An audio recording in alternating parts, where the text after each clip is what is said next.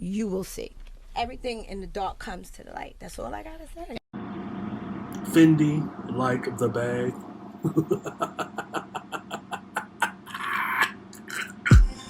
This is the I Refuse podcast. Hey everybody, this is Mr. Fox of the I Refuse podcast. Just got done watching the Jennifer Hough interview on The Real, and I am just floored and traumatized for this woman. I'm not going to go into specifics too deep, but I will just say that from what I saw, definitely this woman is a clear victim of Nicki Minaj's husband. There is two things that derive from the very thing that separates fact from opinion, or fact from acting, or fact from being fake: body language and specificity. Jennifer Hough, in her body language during this interview, was very much a woman that is still very much traumatized, and even before the first question was done being asked, her eyes were to the ground. She was very closed and very protected in her body language, and very emotional and distraught, which very much leaves me to believe that she is re-experiencing the incident that happened back in the fall of 1994 with Kenneth Perry. And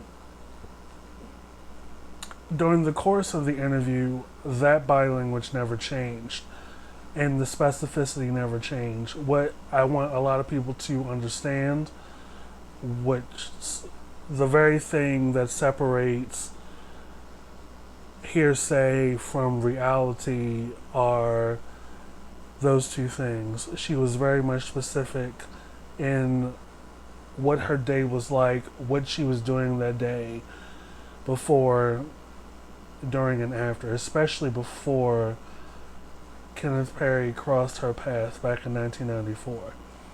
She said that she was on her way to high school. She was on her way to catch the bus. And at some point, she was looking for what's called a dollar van. I'm not familiar with what that is, but she did in the interview kind of go into some detail as to what the dollar van was. And I assume that's something that's a reflection of the people that grew up in the era. I never had a dollar van in my area, but it's very clear to me for somebody to be that specific as to the month, the date, and the year, on top of everything that was happening, how the day started prior to Kenneth Perry crossing her path, and even more so, every specific detail leading up to what happened in the house. That she is very much a victim of Kenneth Perry, that at this point that we can drop the word alleged from the story or the article or the byline in the story, or any kind of conversation that you may have in regards to this woman and that man over there. On top of that, watching the interview, it just sickens me all over again. And for me, somebody that's never experienced assault of any kind and has never assaulted a person on any level, to watch an interview like that and on a heart spiritual level feel for this woman and experience and feel like you're going through that experience with her is very, very very monumental and speaks to the validity of Jennifer Hough's experience. Now I'm saying this outside of stan culture. You know that the barbs are pretty intense. I'm saying this outside of the receipts that Jennifer Hough has. She has gone into further detail as to the tactics that Nicki and her husband have partaken and have gone out of their way in an effort to silence her or to get her to backtrack. Now keep in mind that from Jennifer Hough's own words, the intimidation and the harassment goes all the way back to the early 90s. Going back pretty much starting from around the trial, right? And this is very much common with cases, like a person that is alleged at that point a suspect, a perpetrator, a violator of women, children, other men, so on and so forth, that when the process inches closer and closer to a trial, to a higher level of presence of a spotlight in regards to a case, to a situation that, you know, prior to that, not a lot of people were made aware of. The perpetrator, the violator, the assault person, the person that forced and coerced another person, will go the additional mile to coerce, harass, intimidate the plaintiff, their family, their friends, their co-workers, their associates, with money, with threats to life, personal safety, in order to get this person to not take the stand, to recant their statement, to backtrack, moonwalk off of what actually happened.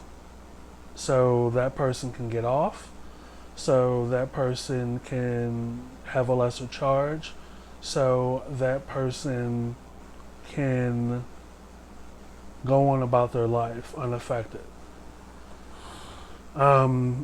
So from that case, I believe Kenneth Perry pled guilty to attempted rape, was found not guilty, I believe, of first degree rape, served 4 years. A light sentence, not surprised. The court system tends to, in my opinion, go against women and children, even though the law is supposed to protect all citizens. But in the interview, she did ultimately say that due to pressure from her family, who was being threatened by him and his associates, she did recant her statement, which I believe ultimately led to him receiving a lighter sentence. Now, like I said, that's a common thing. Black, white, yellow, polka dot, in most cases. So I believe her with that. I believe all women. Shout out to Drew Dixon, who follows me on Twitter. I believe her wholeheartedly because specificity, memory of what the day and the evening went, how it went, what was the cause, what was the ruse, so to speak. Jennifer Hough went into detail as to him grabbing on her coat, him prodding her into a specific direction with a device, possibly a gun, into a house. Her vivid detail of trying to keep her pants on, and the force of him trying, getting her on the bed, and the police getting involved, and her providing a statement, so on and so forth. So here is where I further get frustrated, not only as a human being, but as a man, and not only as a man, but as a son to a woman, an uncle to women, a cousin to women, a nephew to women, a grandson to women, is that even while after that, like, you did something wrong to women and to possibly other women. And no matter, I don't care, I don't give a shit about how many years have passed. I don't. That stays with your victims, right? Everything you've done emotionally, verbally, physically, sexually, even deep down to the very marrow in their bones, spiritually, you have violated this woman and other women.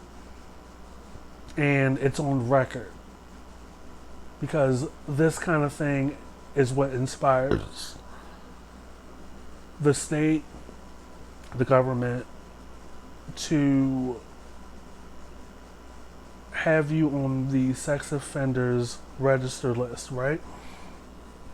And you're well aware that that needs to happen because you have charges against you as early as 2020, and I'm saying as early from this point as 2020, to where you failed to do so. And then on top of that, you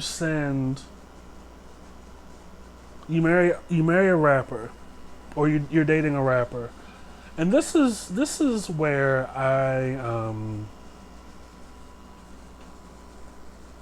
even more so Jennifer Hough's experience and the experience of all women that are victims of men and other demographics that assault them.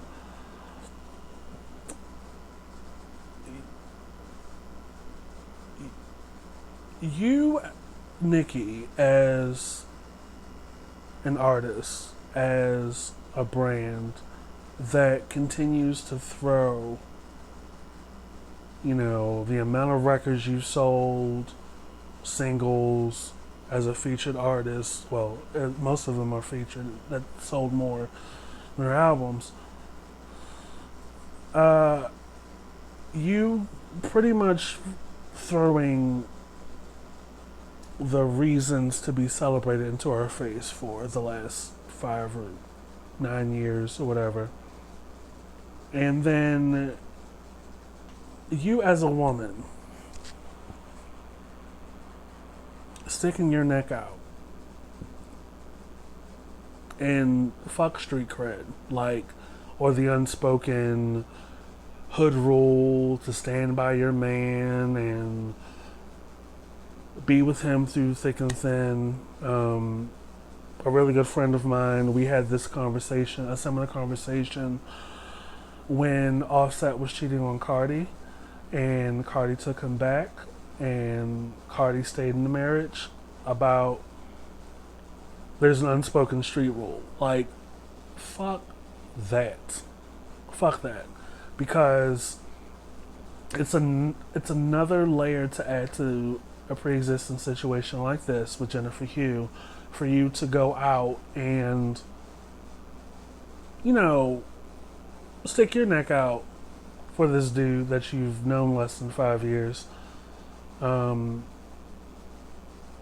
to go to social media and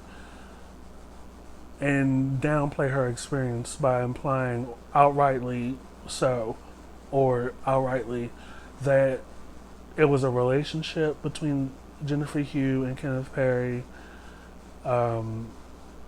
He was 15, she was 16. Like, for what that implies, girl, you dead ass wrong.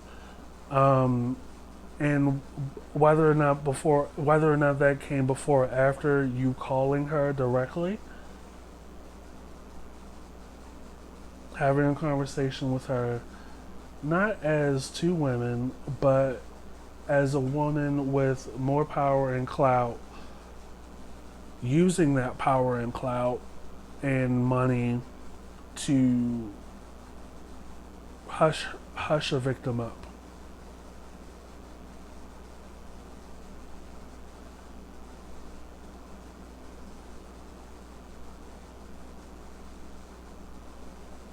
How is a woman who's a mother and a daughter of another woman, how? Like,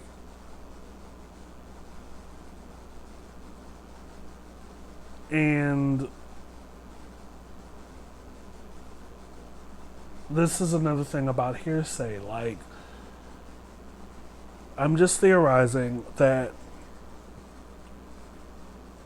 I'm sure in that house of Minaj over there, when you guys lay down and have pillow talk or whatever, that this guy that you're married to, who is not equal to you in status and resource and acclaim and money and fortune and net worth,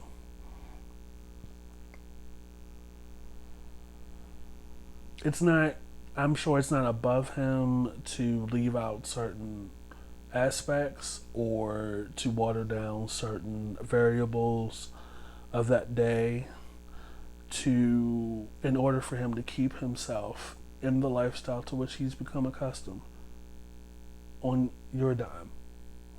Now, this is not a Candy and Todd situation.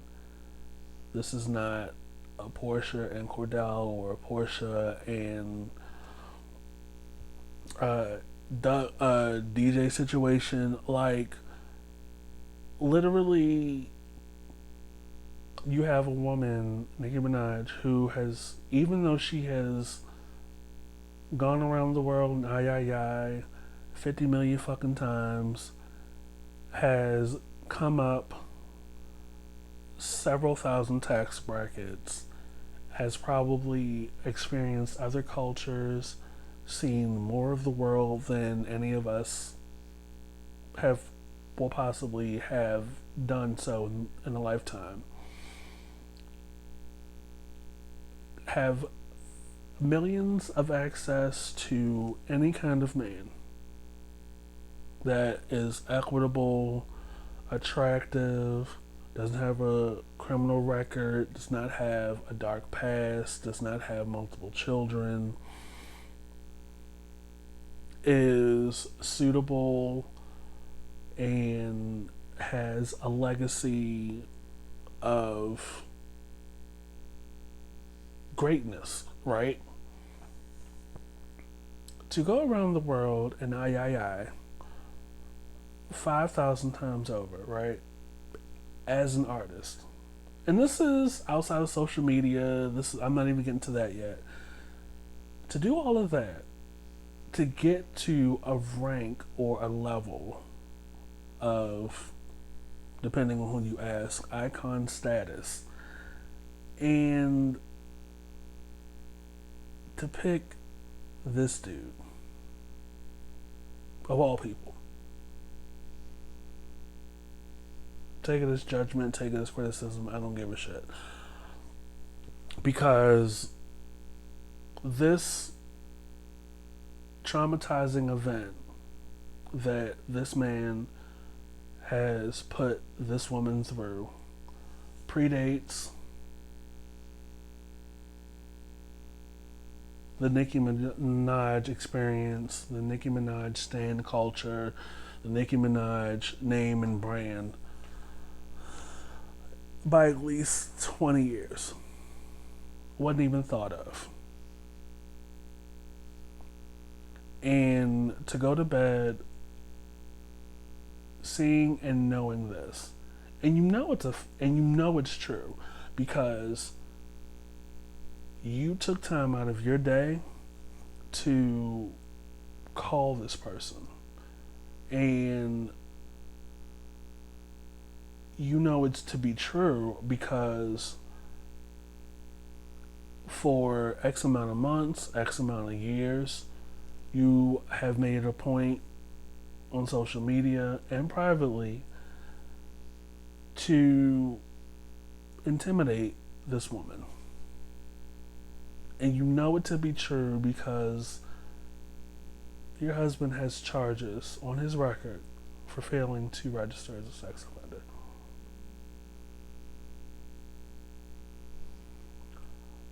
Like these are the kind of things that you'll be well known for over your music. And this is yet another reason as to why a solo album of yours just fails to go multi-platinum, and why you probably will not ever win a Grammy as a solo artist, will probably never secure a number one album or a number one song as a solo artist. Just a theory of mine. And, you know, beyond that, Nicki Minaj as an artist, you know, for the last 5 or so years, like, there have been some stuff coming out in other areas from other, you know, artists, specifically female rap artists, about some of the background shenanigans. And it's like, all of this comes down to karma, right? Like I say on this channel, and I will continue to say, that good, bad, privately, publicly, it all comes out to light, right? At some point, you're either going to pay on the front end or you're going to pay on the back end. While she's enjoyed a lot of acclaim and all of the roses on the front end, it's just looking like at this point, this will be the iceberg that sinks the Titanic, right? And it's pretty unfortunate because female hip-hop rap in its totality at this point is kind of not what it was prior to 2006. You know, once upon a time in my adulthood, there have been probably 4 or 5 female rap hip hop artists that were releasing music that stuck, that charted, that would come out every 1 to 2 years, and it was on rotation for a while, right? Now, the last 10 or so years, like, it's been a struggle to the point where they would just kind of lump some random list of artists together in a category, and then Nicki Minaj would be in that same category, and you knew by the second name that she was going to win, and she did for like 8 or 9 years. But like, common sense and logic tells me that you're not going to be able to replicate those 10 years ever again. And stan culture, as it may be, problematic as hell. the Beehive is pretty good, pretty dedicated, but they're not doing these one-off videos vehemently trying to defend Beyonce. Well, because first of all, Beyonce makes music and goes on concert tours and minds her business. Not much of a presence on social media unless it's like a happy birthday. If you do see something with Beyonce in it, it's because it's like one or two videos and people circulate that throughout the internet. Case in point, she was across the pond while the Met Gala was happening. And I saw that video. It was just her casually walking through the outside dining area of a restaurant in Italy. The fact that I've seen that video from different angles for like a month just speaks to how amazing she is. And you couple that with the fact that she is scarce on social media, and she's not in nonsense in business. If it's anything that's speculated or anything that's rumored, she doesn't address it directly in the media. She puts it into her work. And even still, you never quite get the whole picture. You get like bits and pieces prior to a tour, but you definitely walk away with the sense that Beyonce is in control of the media, which that in and of itself is something that is unheard of. A lot of celebrities outside of Beyonce fall victim to the blogs, and they get control of the narrative before the celebrity ever does. But also, her stands are pretty decent. It's comical to me because I highly revere DC4, where a lot of people think the beginning and the end is DC3. We talk about vocals, harmony, things of that nature.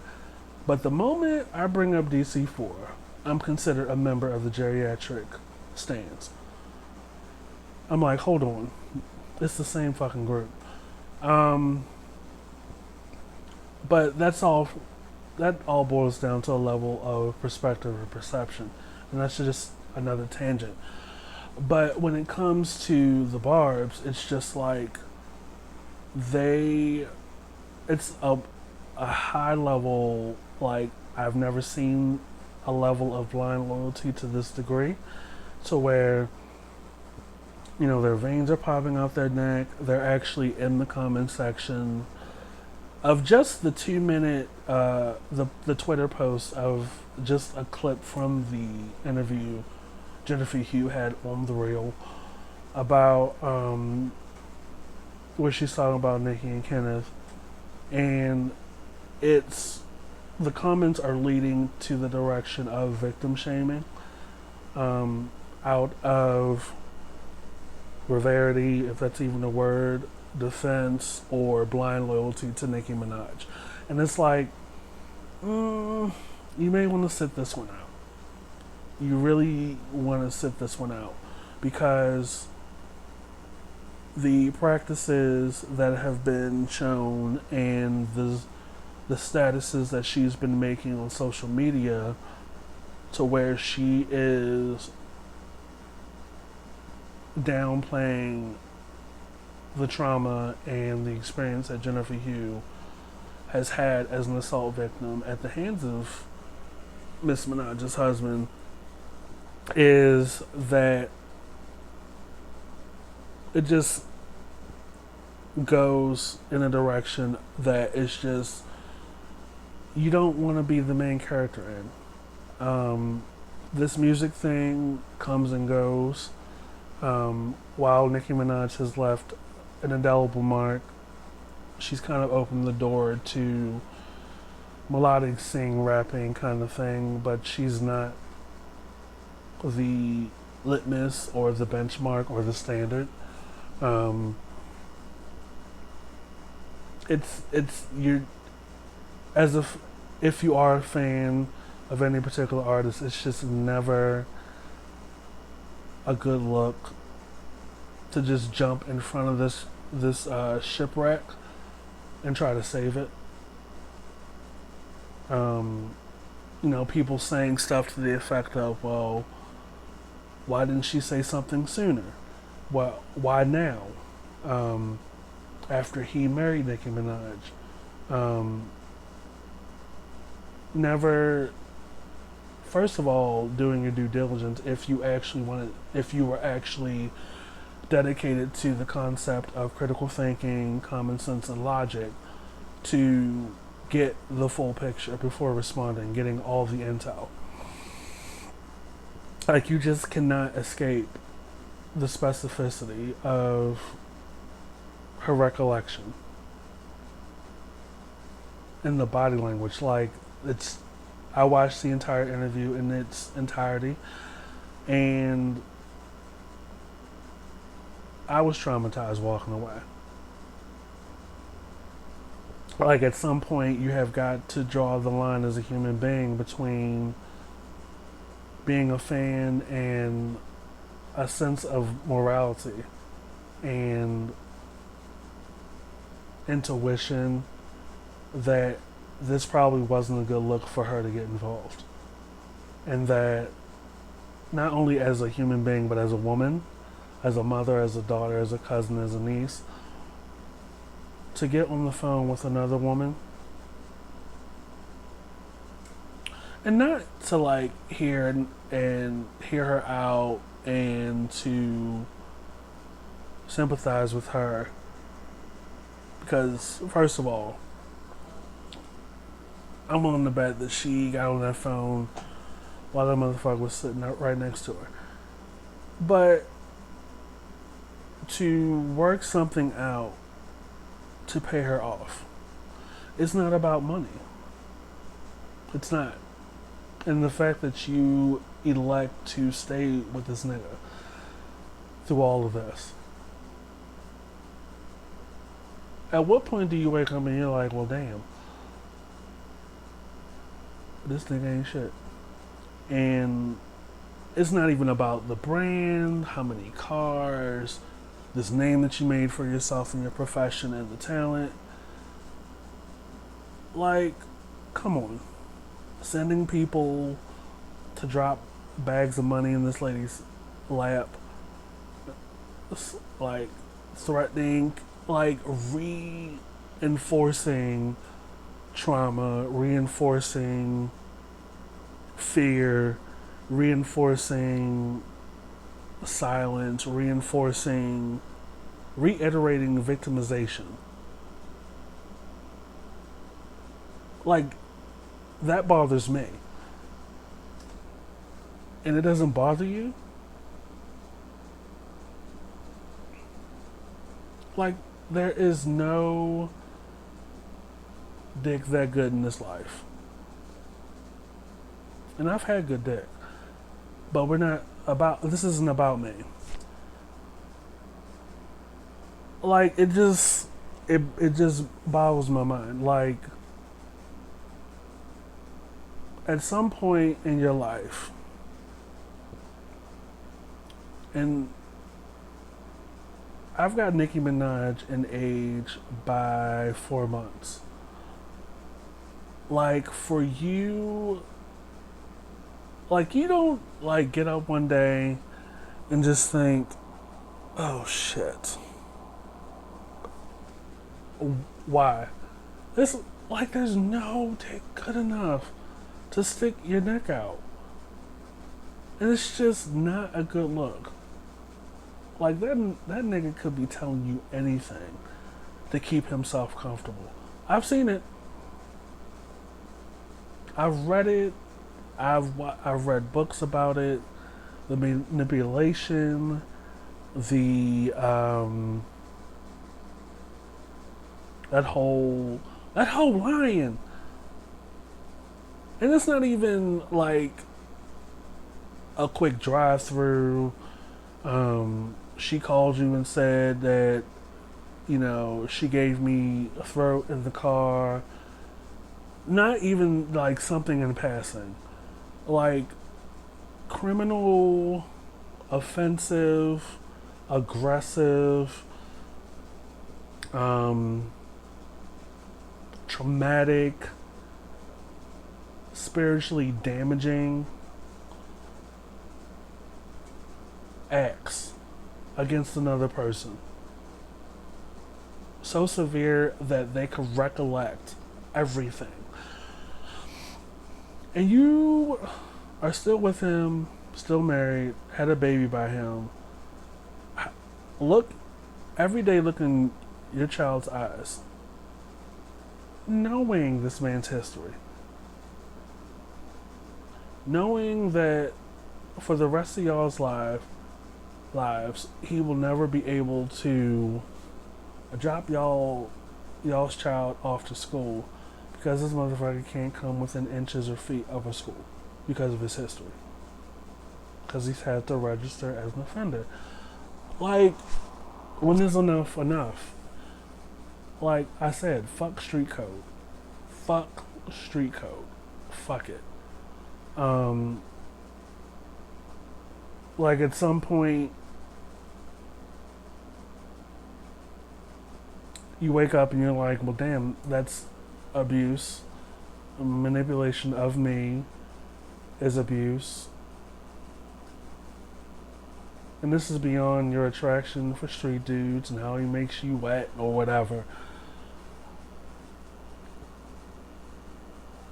Like, girl, this is bigger than record sales. This is bigger than legacy. This is bigger than being talented. And then for stand culture to stick their noses in it, go out on a limb and victim shame this lady and imply or say directly, oh, well, he served his time. Why don't she get over it? Do you ever get over getting hit by a car? Do you ever get over being struck by lightning? A lot of people out here don't even get over shit that happened in grade school. Oh, this motherfucker stole my girlfriend. Like, come on. Like, this is not the hill you want to die on because A, the music ain't all that. B, she's not the standard. C, take her out of the equation and put yourself into it. If the shoe was on the other foot, and your grandmother, mother, niece, sister, first, second, third cousin, daughter was in the same situation as Jennifer Hough. Woke up one morning like she always does, gets herself together for another day of school, walking to the bus, looking for a dollar van, gets accosted, forced down the street into a house, and is assaulted and raped.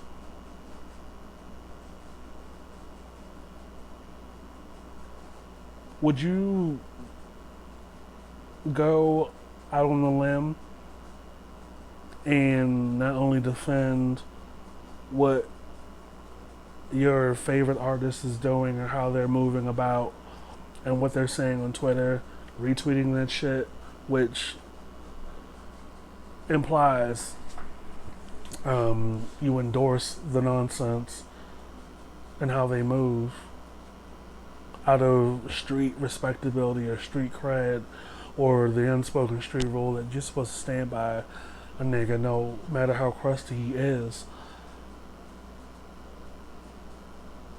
Like, you go to bed and wake up on that, knowing that. Like, I just don't get it. All of us out here have women in our family. Like, there has got to be some kind of awakening of moral acknowledgement and spiritual acknowledgement that this is just not cool. Like, this is fucked up. There's no way, and I'm sure a lot of you today have watched the same interview that I've watched. There's no way that you guys walked away from that interview proud of Nicki or proud of being part of the toxic actions as a member of a stan culture to comment and operate in the way that you guys do in social media. And this is separate from my opinions and feelings or, you know, about her music or about the music at all. I don't get it. And I don't get how she can be comfortable with this, Miss Minaj. I don't get how you can be okay with this. How you can just take this nigga's word for it. And even to the extent that you actually set up on your tuffet and you are victim shaming. Oh, it was a relationship. Ma'am, even if it was, rape and assault is not okay. Rape, assault, and abuse is never okay. But the thing about ignorance is a lot of people don't get it until it happens to them. Like, oh, I see the light now. Child, run, Forrest, run.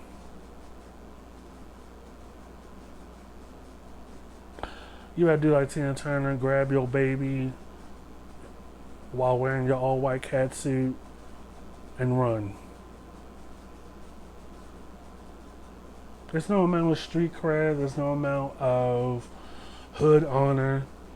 I don't know if this is... No amount of anything in the world. Because at the end of the day, none of those niggas in the hood care about y'all.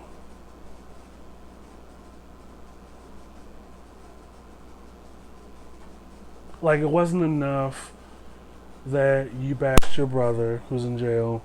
It's not enough that you did features with some people that violated kids and teenagers.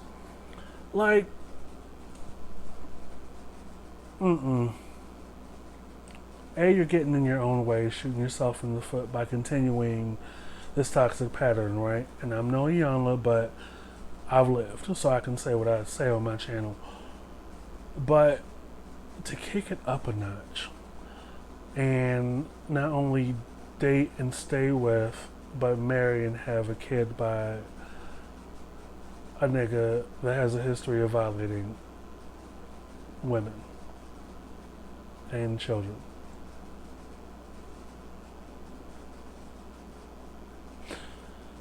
This is not what I wanted, but I needed to get on here and speak about, because this continues a vicious cycle against women and children that we have got to break. Like, as human beings, we cannot, as long as we pretend or we're of the attitude that it doesn't, because it doesn't affect us, we can't do anything about it. But you get on social media, you get behind this keyboard, this rusty, crusty keyboard that you got from Comp USA or wherever y'all get y'all little keyboards for like $3 or $4, $5 below maybe. That you get on these keyboards while sitting on y'all pallets and go on these diatribes, like 2-3 tweets long, defending an artist.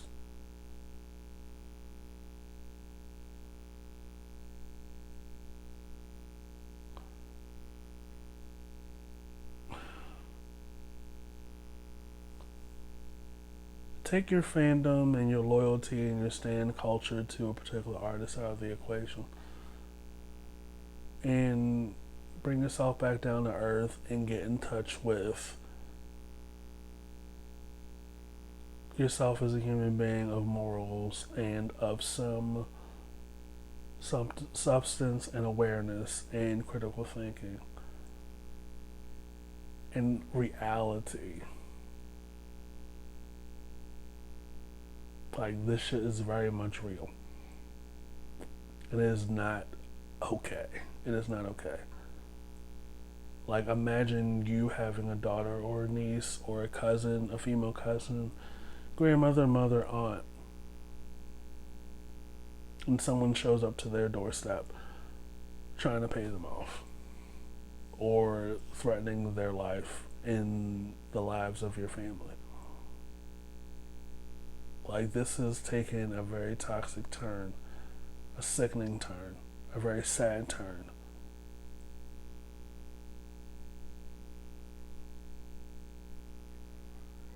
This is Mr. Fox of the I Refuse podcast, and I'm out this bitch. Be sure to follow and subscribe anywhere you see I Refuse. YouTube, Instagram, Twitter.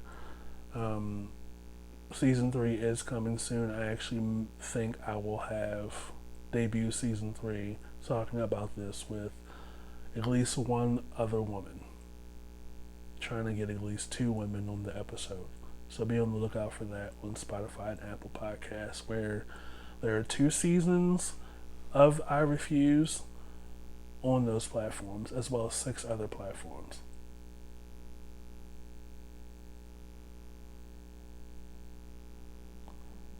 We've got to do better. That's all I got. Ain't got no more. I pray for healing and protection and light for Jennifer Hough and around Jennifer Hough. And I pray for clarity and consciousness for Miss Minaj, and